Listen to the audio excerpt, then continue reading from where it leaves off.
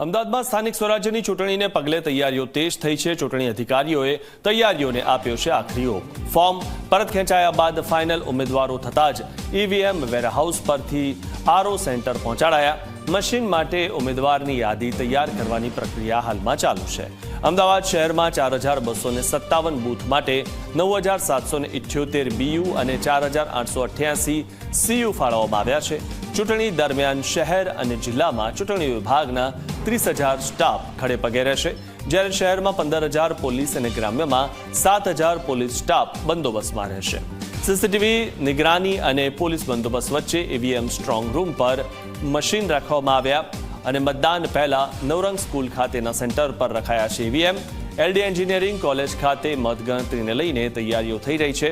ઉમેદવારોની હાજરીમાં મતગણતરીની તૈયારીને પણ અપાઈ રહ્યો છે આખરી ઓપ।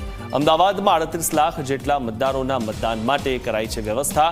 સ્થાનિક સ્વરાજ્યની ચૂંટણીમાં મતદાન કેન્દ્રો પર પ્રાથમિક સુવિધાઓ ઉપલબ્ધ કરાવવામાં આવશે। ફર્સ્ટ એડ કીટ અને ગરમીને લઈને પાણી અને ઓઆરએસ ઉપલબ્ધ કરાવાશે। મોબાઈલ મેડિકલ ટીમ પણ બનાવવામાં આવશે।